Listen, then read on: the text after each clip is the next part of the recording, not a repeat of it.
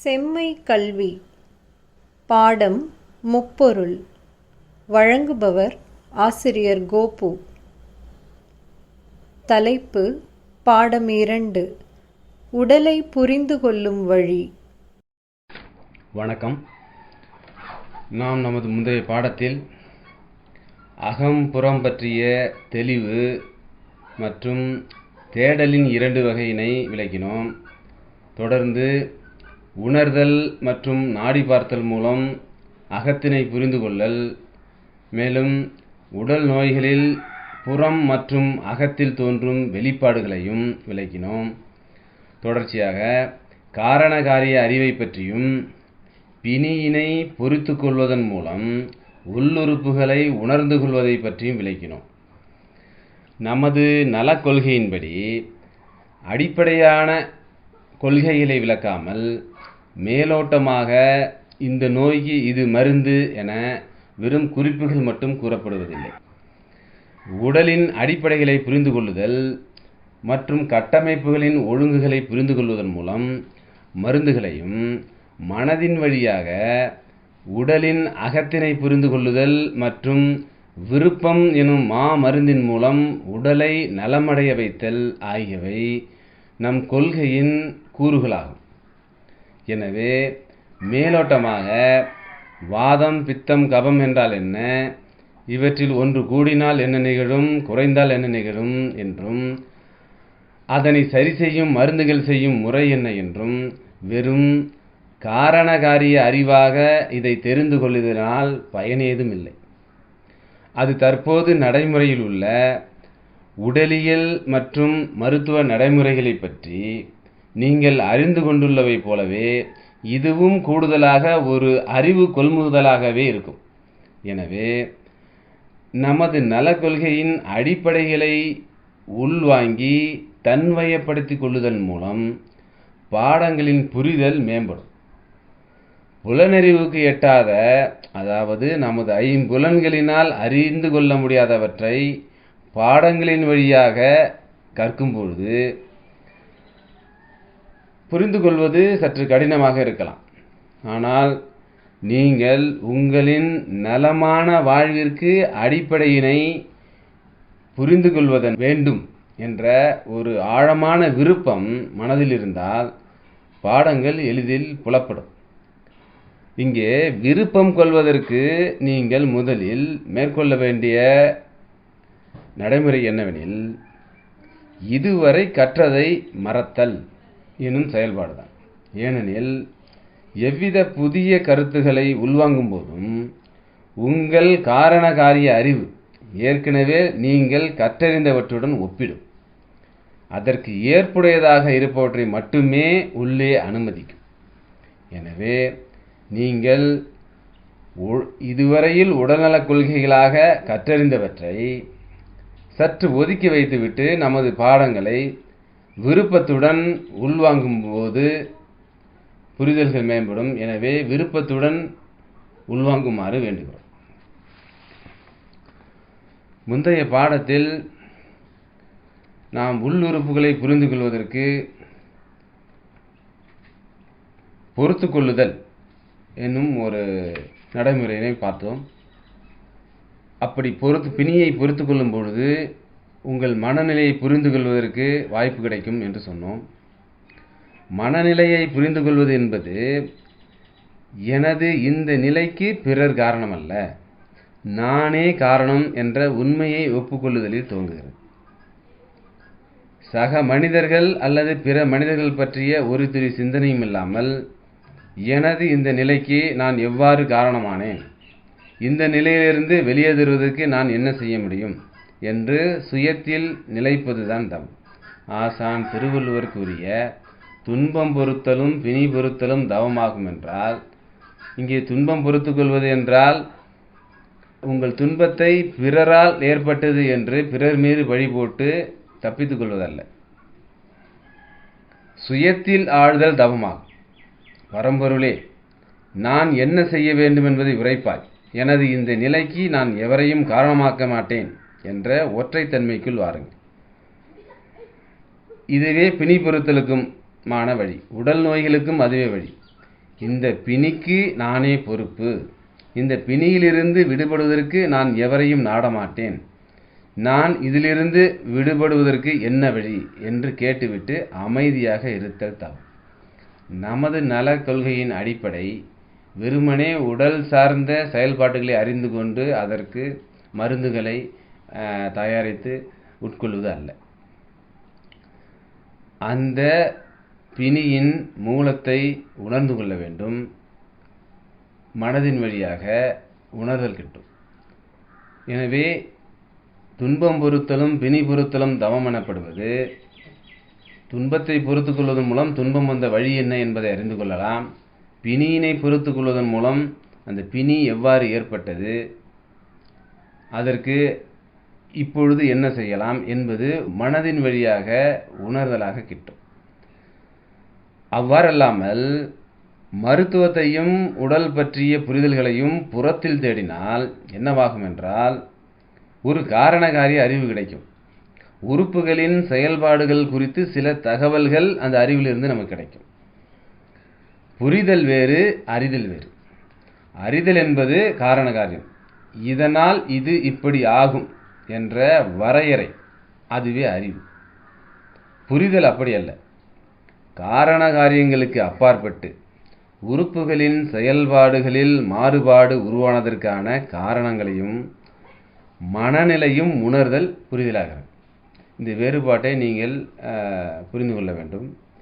புரிதல் என்பது வேறு, அறிதல் என்பது வேறு.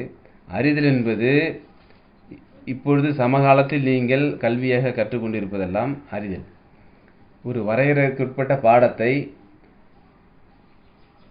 ஒரு வரையறைக்குட்பட்ட அளவில் இதனால்தான் இது நிகழும் அப்படி என்று ஒரு அறிவாக கற்றுத்தெளிந்தல் அறிதலாகும். புரிதல் என்பது அப்படி அல்ல. இந்த காரணகாரிய அறிவிற்கெல்லாம் அப்பாற்பட்டு சான்றாக நமது உறுப்புகளின் செயல்பாடுகளை பற்றி புரிதல் நீங்கள் பெற வேண்டுமாயின், உறுப்புகளின் செயல்பாடுகளில் மாறுபாடு உருவானதற்கான காரணங்களையும் புறத்தில் தேடாமல் அகத்தில் தேடி அதற்கான காரணங்களில் மனநிலையையும் சேர்ந்து உணர்தல் புரிதலாகிறது. பொதுவாக எந்த கல்வியும் உங்களுக்கு அறிதலை மட்டும்தான் அளிக்கும்.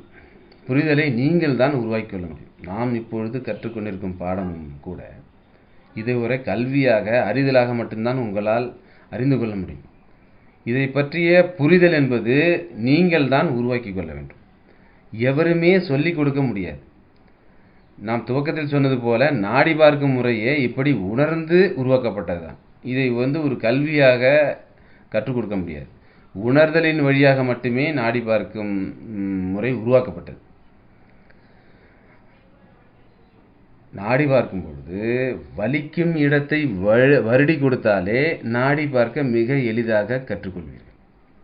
வலி வரும்போது வலிக்கும் இடத்திற்கான வெப்பத்திற்கும் மற்ற இடத்தில் உள்ள வெப்பத்திற்குமான வேறுபாட்டை உணரத் தொடங்கினால் உங்களுக்கு மிக எளிதாக நாடி பார்க்க வந்துவிடும். உங்கள் உடலில் ஒரு வலி ஏற்பட்டிருக்கிறது. அந்த வலியின் மூல காரணத்தை நீங்கள் எவ்வாறு புரிந்து கொள்ள வேண்டும் என்று விருப்பம் ஏற்பட்டால், அந்த வலி ஏற்படுகின்ற இடத்திற்கு உள்ள ஒரு வெப்பத்திற்கும் வலி இல்லாத பிற இடத்திற்குமான வெப்பத்திற்கான வேறுபாட்டை உணரத் தொடங்கினால் இதன் வழியே நாடி பார்க்க வந்துவிடும். உடல் தொல்லையில் இருக்கும்பொழுது இரத்த நாளம் எப்படி துடிக்கும் என்பதை அதைவிட வேறு வகையில் நீங்கள் கற்றுக்கொள்ள முடியாது. நீங்கள் நாடியை உற்று நோக்கும்போது உடல் தொல்லையில் இருக்கும்போது எப்படி துடிக்கும், சாதாரணமாக இருக்கும்பொழுது பொதுவாக நலச்சிக்கல் ஏதுமின்றி இருக்கும்போது எப்படி துடிக்கும் என்ற வேறுபாட்டை உங்களால் உணர்ந்து கொள்ள முடியும். வலிக்காத பகுதியில் இரத்த நாளம் எப்படி துடிக்கிறது, வலிக்கும் பகுதியில் எப்படி துடிக்கிறது என்பதை உணர்வதன் மூலமாக நாடி துடிப்பின் வேகம் மற்றும் முறைமையை புரிந்து கொள்ளலாம். உங்கள் உடல் வழியவே நீங்கள் புரிந்து கொள்ளலாம். அடுத்ததாக இரத்த நாளத்திலிருந்து வெளிப்படும் வெப்பத்தை கவனியுங்கள். உடலின் சீர்கேடு இருக்கும் பொழுது இருக்கும் வெப்பத்திற்கும் பொதுவாக சீரான உடலின் வெப்பத்திற்குமான வேறுபாடு புரியும். அந்த வெப்பத்தை விரல்களால் உணர்ந்து பார்த்தால்தான் தெரியும். இதை ஒரு செயல்முறையாக இப்பொழுது செய்து பார்க்க முயற்சி செய்யுங்கள். உங்களுக்கு உணர்தல் கிட்டினால் அதை தொடரலாம். அப்படி இல்லை என்றால் இதை ஒரு பாடத்தின் அடிப்படையாக இப்பொழுது அறிந்து கொள்ளுங்கள். பாடங்கள் உடல்நலக் கொள்கையினை ஆழமாக உள்வாங்கிய பிறகு உங்களால் உணர முடிந்தால் இதை நீங்களே செய்து பார்க்கலாம். நாடி பார்க்கும் முறை இப்படி உணர்தல் மற்றும் தன்னுடைய உடலை தானே சோதனையாக்கி கற்றுக்கொண்ட கல்வி ஆகிய வகையில் உருவாக்கப்பட்டதுதான். உணர்தல் எனும் வழி இறையால் உணர்த்தப்படுவது, புரிதல் எனும் வழி உடலை உற்று கவனித்தால் அமைவது. இதுதான் ஏற்கனவே நம் அறிதல் மற்றும் உணர்தலுக்கான வேறுபாட்டை விளக்கினோம். இந்த இடத்தில் இந்த உணர்தல் எனும் வழி படைப்பால் இறையால் உங்களுக்கு உணர்த்தப்படுவது. அதற்கு தேவை உணர்ந்து கொள்ள வேண்டும் என்ற ஆழமான விருப்பம் இருந்தால் அது உங்களுக்கு உணர்த்தப்படும். புரிதல் எனும் வழி உடலை உற்று கவனித்தால் அமைவது. இந்த இடத்தில் புரிதல் என்றால் உடல் வலிக்கும் இடத்தில் உள்ள வெப்பத்திற்கும் வலி இல்லாத சீரான உடல்நிலை பிற பகுதியில் ஏற்படும் வெப்பத்தை ஆழமாக உணர்ந்து கொள்ள முற்படும் போது உங்களுக்கு புரிதல் கிடைக்கும். நாடுதல் என்றாலே ஒன்றை தேடி சென்று விருப்பத்தோடு காத்திருத்தல் என்ற பொருள். ஒன்றை தேடுகிறோம், அடுத்ததாக தேடியதை பெற வேண்டும் என்ற விருப்பத்தோடு காத்திருக்கிறோம். இந்த தேடுதலும் விருப்பத்தோடு காத்திருத்தலும் சேர்ந்தால் அது நாடுதல். நான் உங்களை தேடி வந்தேன், நான் உங்களை நாடி வந்தேன், இரண்டும் வேறு வேறானவை. நான் உங்களை தேடி வந்தேன் என்றால் உங்களை பார்த்தவுடன் திரும்பி போய்விடுவேன், பேசலாம் அல்லது போய்விடலாம். உங்களை நாடி வந்தேன் என்றால் உங்களை பார்த்த பிறகு உங்களுடன் உரையாடுவதற்காகவோ அல்லது வேறு ஏதேனும் பெறுவதற்காகவோ நான் காத்திருக்க வேண்டும். நீங்கள் எந்தாவது வேலையில் இருந்தாலும் என்ன மனநிலையில் இருந்தாலும் நான் திரும்பி செல்ல மாட்டேன். ஏனென்றால் நான் உங்களை நாடி வந்திருக்கிறேன், உங்களை தேடி வரவில்லை. இந்த நாடுதல் மற்றும் தேடுதல் என்பவற்றின் வேறுபாட்டை இப்பொழுது புரிந்து கொள்ளுங்கள். இவையெல்லாம் அடிப்படை. இந்த அடிப்படையினை புரிந்து கொள்வதன் மூலம், இந்த சொற்கள் மூலம் உங்களுக்கு வேறுபாடுகளை புரிந்து கொள்ளலாம். வெறுமனே தேடி விருந்தால் பார்த்தவுடனோ உரையாடியவுடனோ சென்று விடலாம். நாடி வந்தால் விருப்பத்துடன் தேடி சென்று காத்திருந்து அவற்றை பெறும் வரையில் விருப்பத்துடன் காத்திருத்தல், அதுதான் நாடுதல். நாடி என்பது ஒரு மனிதருடைய அகம் எந்த நிலையில் இருக்கிறது என்பதை தேடி அந்த அகத்தின் நிலை எனக்கு உணர்த்தப்பட வேண்டும் என்ற விருப்பத்தோடு காத்திருத்தல், அதுதான் நாடி. தேடி செல்லல் என்பது உடலுக்குள் பயணிக்க வேண்டும் என்பதை குறிக்கும், அவ்வளவுதான். நாடி கற்க வேண்டுமென்றால் காத்திருக்க தெரிய வேண்டும், விருப்பத்தோடு இருக்க தெரிய வேண்டும். எப்பொழுதும் உடனே எதுவும் கிடைக்காது. விருப்பத்துடன் காத்திருந்தால் உங்களுக்கானவை வழங்கப்படும். இதுவே நம் கொள்கையின் அடிப்படை. உடலின் நாடியை பற்றி நீங்கள் புரிந்து கொள்ள வேண்டுமென்றால் முதலில் தேடி செல்ல வேண்டும், பிறகு விருப்பத்தோடு காத்திருக்க வேண்டும். இங்கே தேடி செல்லல் என்பது உங்கள் உடலுக்குள் அகத்திற்குள் பயணிக்க வேண்டும் என்பதை குறிக்கும். அதிகாலை 3:30 மணி முதல் 4 மணிக்குள் எல்லாருக்குமே விழிப்பு வரும். வீட்டுக்குள்ளே அடைபட்ட காற்றை மீண்டும் மீண்டும் சுழலச் செய்து சுவாசிப்பவர்களுக்கு இது புரியாது. வெளிக்காற்றில் படுத்திருப்பவர்களுக்கு, வெளிக்காற்றை சுவாசிப்பவர்களுக்கு பருவ காலத்தை பொறுத்து 3:30 மணி முதல் 4:30 மணிக்குள் விழிப்பு வரும். அதிகம் போனால் கடுமையான மழைக்காலங்களில் 5:30 மணிக்குள் இயற்கையாகவே விழிப்பு வரும். 1 மணி 2 மணிக்கெல்லாம், நள்ளிரவு 1 மணி 2 மணிக்கெல்லாம் அப்படி வராது. ஏனென்றால் இந்த நேரத்தில் வெளியே வீசும் காற்று வேறு, இந்த காற்றின் பண்பு வேறு. இந்த காற்று உடலுக்குள் செல்லும் பொழுது உடலை எழுப்பிவிடும், புத்துணர்ச்சி ஊட்டும். எழுப்புவதற்காகவும் புத்துணர்ச்சி ஊட்டுவதற்காகவும் வீசும் காற்று இது வெளியே படுத்தால் தான் தெரியும். இப்பொழுது விழிப்பது, உறங்கி விழிப்பது பற்றி கூறுகிறோம். உறங்கி விழிப்பது, அதிகாலை எழ வேண்டும் என்பது நமது கொள்கை. அதற்கான காரணம் என்னவெனில், இந்த அதிகாலையில் காற்றில் ஏற்படும் மாற்றம், அந்த காற்றில் பண்பு உடலே உங்களை விழிப்பு நிலைக்கு செல்லும். தொடர்ச்சியாக உங்களால் அதற்கு மேல் தூங்க இயலாது. ஏனெனில் அதிகாலையில் வீசும் காற்று உறக்கத்திற்கான காற்று அல்ல, விழிப்பு நிலைக்கான காற்று. இந்த காற்று உங்களுடைய படுக்கறையில் மின்விசிறி சுழலும் போது ஏற்படும் காற்று அல்ல. நீங்கள் வெளி சூழ்நிலையில் உறங்கினீர்கள் என்றால் அதிகாலையில் ஏற்படும் காற்றில் உள்ள மாற்றத்தை நீங்களாகவே உணர்ந்து கொள்ளலாம். அப்படி வெளியில் நீங்கள் தூங்கும் பொழுது உங்களால் இயல்பாகவே அதிகாலை 5 மணிக்கு மேல் உங்களால் உறங்க இயலாது. இது நீங்கள் தொடர்ச்சியாக செய்து பார்த்தால் உங்களுக்கே தெரியும். அதுபோல உறக்கம் என்பது மாலை கதிரவன் மறையும் முன்பே உணவை முடித்துவிட்டால் 7:30 அல்லது 8 மணிக்கு மேல் விழித்திருக்க முடியாது. உணவு உள்ளே சென்றவுடன் தூக்கம் வரும். உறக்கம் என்பதே மரணத்தின் முன்னோட்டம். ஒருவருக்கு தூக்கம் வருகிறது என்றால் உயிர் காற்றை அவரது உடல் உள்ளிழுக்கும் செயல்பாடு குறைந்து விட்டது என்று பொருள். உயிர் காற்றை உள்ளிழுக்கும் செயல் குறைந்து விடுவதுதான் தூக்கம். தூக்கம் வந்தால் ஏன் கொட்டாவி வர வேண்டும்? கொட்டாவியின் போது வாய் வழியாக காற்று உள்ளிழுக்கப்படுகிறது. தூக்கம் வந்து விட்டது, உயிர் காற்று உடலுக்குள் செல்வது குறைந்து விட்டது. தூக்கம் வந்தால் சுவாசம் குறையும். சீரான சுவாசத்தில் தூக்கம் வராது. காற்று குறைந்து தூக்கம் வந்த பிறகும் நீ விழித்து கொண்டிருக்கிறாய். உடல் இயங்குவதற்கு உயிர் காற்று வேண்டும். உன்னுடைய நாசி மூக்கு இனிமேல் இயங்காது, சுவாசிப்பதை குறைக்கும். ஏனென்றால் உனக்கு தூக்கம் வந்து விட்டது. தூக்கம் வந்தால் நாசி காற்று உள்ளிழுப்பதை குறைத்துக் கொள்ளும். அதுதான் தூக்கம். ஆகவே உடலானது வேறு வழியின்றி வாய் வழியாக காற்றை உள்ளிழுப்பதுதான் கொட்டாவி. ஸோ கொட்டாவியிலிருந்தும் நாம் பாடம் படிக்கலாம், தூக்கத்திலிருந்தும் பாடம் படிக்கலாம். இதனால்தான் தூக்கம் என்பது மரணத்துக்கு ஒப்பானது என்று ஆசான் திருவள்ளுவர் சொன்னார். உறங்குவது போல் சாக்காடும், உறங்கி எழுவது போல் விழிப்பும், உறங்கி எழுவது போல் பிறப்பும் என்றார் ஆசான். இதன் கருத்து என்னவெனில், உறக்கம் என்பதே உறங்கி விழிப்பது என்பது மனிதர் மரணித்து மீண்டும் பிறப்பெடுப்பது போல் என்றார். இங்கே உறக்கம் என்பது எப்படி மரணத்தின் பொழுது சுவாசம் குறைந்து சுவாசம் நின்று போகிறதோ அதுபோல இங்கேயும் சுவாசத்தின் அளவு குறைந்து தூக்கம் வருகிறது. அதிகாலையில் திரும்ப கண் விழிக்கும் பொழுது சுவாசத்தின் அளவு அதிகரிக்கிறது. அதுபோல உறங்கி விழிப்பது என்பது மரணித்து பிறப்பது போல என்ற கருத்தில் தான் ஆசான் திருவள்ளுவர் அந்த குறளை குறிப்பிடுகிறார். காலை காற்று வீசும் பொழுது விழிப்பு வந்துவிடும். அந்த நேரத்தில் உயிர் காற்று அதிகமாக இருக்கும். இரவு 7 அல்லது 8 மணிக்கு பிறகு உயிர்காற்றின் அளவு அல்லது உயிர்காற்றின் தன்மை சூழலிலேயே குறைவாக இருக்கும். ஏனென்றால் அது உறங்கும் நேரம். உங்கள் சூழலிலேயே உயிர்காற்று குறைவாக இருப்பதால் ஆழ்ந்து உறங்கலாம். அதிகாலையில் உயிர்காற்று அதிகமாக வரும். அப்பொழுது விழிக்கலாம். புறத்தில் உள்ள காற்றை வெறுமனே ஆக்சிஜன் என்று மட்டுமே பார்த்தால் இந்த பாடம் புரியாது. அதனால்தான் சொன்னோம், இதுவரையில் நீங்கள் கற்றறிந்தவற்றை சற்று ஒதுக்கி வையுங்கள் என்று. சமகால அறிவியல் சொல்வது சுவாசிப்பதற்கு தேவை ஆக்சிஜன் என்று.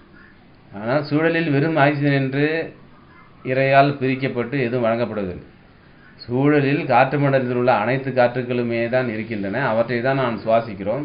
அதில் பொருத்தமானவற்றை உடல் எடுத்துக்கொள்கிறது, பொருத்தமில்லாதவற்றை, உடலுக்கு பொருந்தாதவற்றை வெளித்தள்ளுகிறது. அந்த சூழலில் உள்ள காற்றின் உயிர்வெளி எனப்படும் ஆக்சிஜன் அளவு கூடுதலாக இருக்கலாம், குறைவாக இருக்கலாம். அதைத்தான் இப்பொழுது உறங்கும் பொழுது வரும் காற்று உள்ள உயிர்காற்றின் அளவு வேறு, அதிகாலையில் விழிப்பு நிலையில் ஏற்படும் சூழலில் உள்ள உயிர்காற்றின் அளவு வேறு என்பதை குறிப்பிடுகிறோம். அதிகாலையில் உயிர்காற்று அதிகமாக இருக்கும், அப்பொழுது விழிக்கலாம். இரவு உறங்கும்போது உயிர்காற்று குறைவாக இருக்கும், அப்பொழுது நாம் உறங்க வேண்டியிருக்கும். காற்றும் எனும் புறத்தின் உள்ளே காற்றின் அகத்தில் என்ன இருக்கிறது என்பதை உணரத்தான் முடியும்.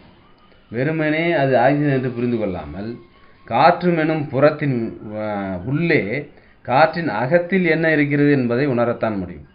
எந்த நேரத்தில் என்ன காற்று வீசுகிறது என்பதை எல்லோருமே உணர முடியும். அடைத்த அறைக்குள் உங்கள் படுக்கறையில் தூங்கினால் ஏன் நீண்ட நேரம் தூங்குகிறோம்? திறந்த வெளியில் தூங்கினால் ஏன் நீண்ட நேரம் தூங்க முடியவில்லை? முதல் காரணம் காற்று. அந்த அதிகாலை காற்று எழுப்பி விட்டுவிடும். இப்படி உங்களுடைய வாழ்க்கையின் ஒவ்வொரு நடைமுறையிலிருந்தும் உங்களுடைய அகத்தையும் புறத்தையும் ஒரு கல்வியாக கற்க வேண்டும். அப்படி கற்க முடியும். இப்பொழுது சான்றாக தூக்கத்தை பார்த்தோம்.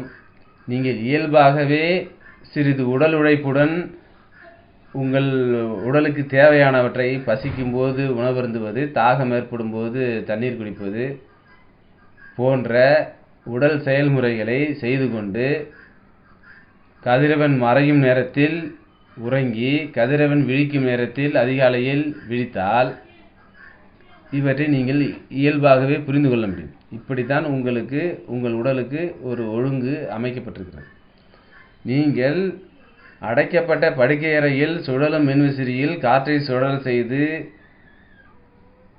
உங்களுக்கு உடலுக்கு இயல்பாகவே சூழலில் அமைக்கப்பட்ட உறங்கும் போது கிடைக்க வேண்டிய உயிர்காற்றின் அளவை விட கூடுதலாகவோ குறைவாகவோ காற்றை உட்கொண்டு அப்படி உறங்கும் பொழுது உங்களால் அதிகாலையில் விழிக்க இயலாது. இதே வேளையில் திறந்த வெளியில் நீங்கள் உறங்கும் பொழுது இயல்பாகவே உறங்கும் பொழுது உயிர்காற்றின் அளவு குறைவாகவும் அதிகாலையில் விழிக்கும் பொழுது உயிர்காற்றின் அளவு அதிகமாகவும் இருக்கும். இப்படி இருக்கும்பொழுது நீங்கள் சூழலுடன் இணைகிறீர்கள், பொருந்துகிறீர்கள். இப்படி இருக்கும்பொழுது உங்கள் உடல் நலம் மேம்படும். இதைத்தான் கொட்டாவிலிருந்து நாம் பாடம் படிக்கலாம். கொட்டாவி வரும்பொழுது மூக்கு சுவாசிப்பதை குறைக்கிறது. இது உறங்கும் நேரம் என்று அறிவிக்கிறது. இதை புரிந்து கொண்டு நாம் உறங்க செல்ல வேண்டும். மூக்கு சுவாசத்தை குறைப்பதால் வேறு வழியின்றி உடல் நீங்கள் விழித்திருப்பதால் வாய் வழியே சுவாசிக்கிறது. இதுதான் கொட்டாவி. அடுத்தது குளியல். குளியல் என்பதும் இயற்கையுடன் பொருந்தும் மிக முக்கியமான வழிமுறை. எந்த தண்ணீரை உடலில் ஊற்றும் பொழுது உங்களுடைய தோல் அந்த தண்ணீரை குடிக்கிறதோ அதுவே சிறந்த நீர். எனது தோல் தண்ணீரை குடிக்குமா? நன்றாகவே குடிக்கும்.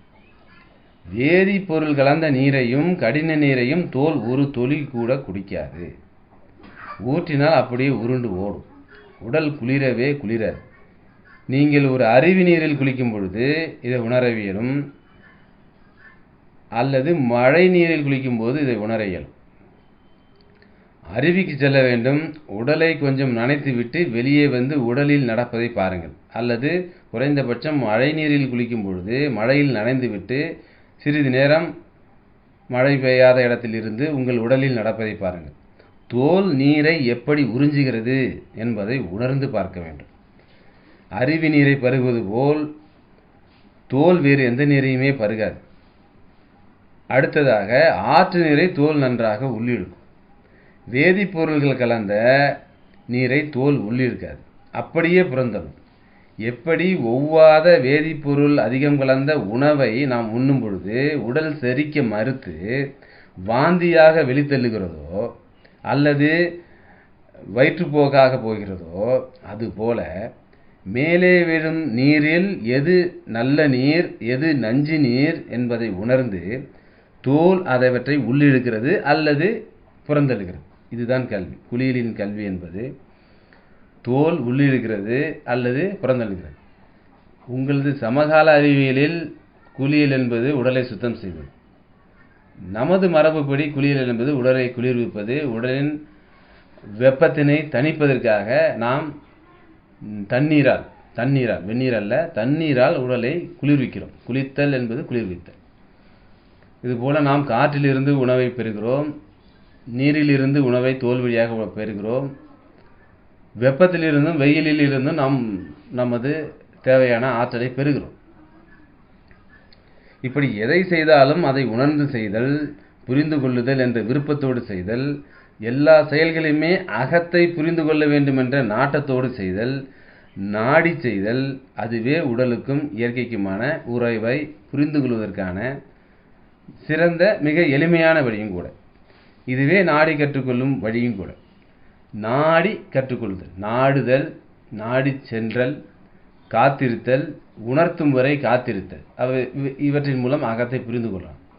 இது வெறுமனே உடலுக்கு மட்டுமல்ல, சூழலை புரிந்து கொள்ளுதல், நம் நிலத்தை புரிந்து கொள்ளுதல், அனைத்துமே.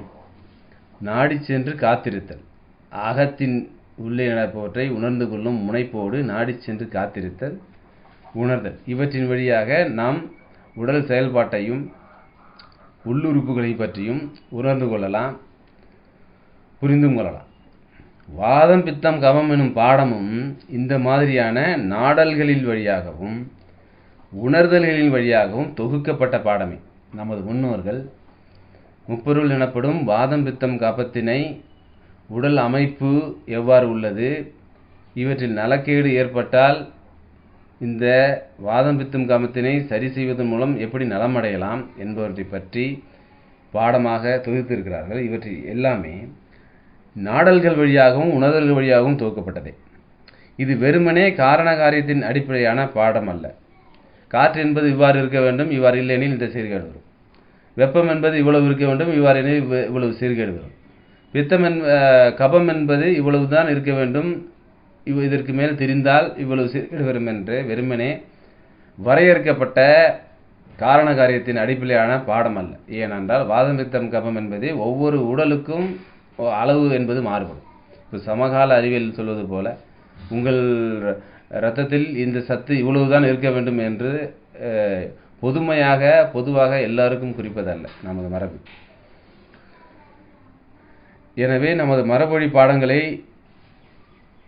சொல்லும் செய்திகளை நீ புரிந்து கொண்டால் உங்களுக்கு அதன் பிறகு காரண காரியங்கள் மிக எளிதாக பிடிபடும். அதாவது இந்த நோய் ஏன் ஏற்பட்டது என்ற காரண காரியம் உங்களுக்கு இந்த அடிப்படையினை புரிந்து கொண்டீர்கள் என்றால், இது வாதம் அதிகமாக இருப்பதால் இந்த நோய் வந்திருக்கிறது என்ற காரண காரியம் பிறகு பிடிபடும்.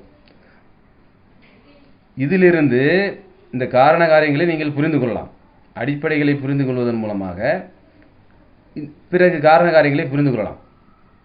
ஆனால் காரண காரியங்களை வைத்து மூலத்தை அறிந்து கொள்ள முடியாது, அடிப்படையினை புரிந்து கொள்ள முடியாது. எனவே நீங்கள் மேற்கொள்ள வேண்டிய கருத்து என்னவெனில், உணர்தல்களின் வழியாக நான் இதை கற்றுக்கொள்வேன்.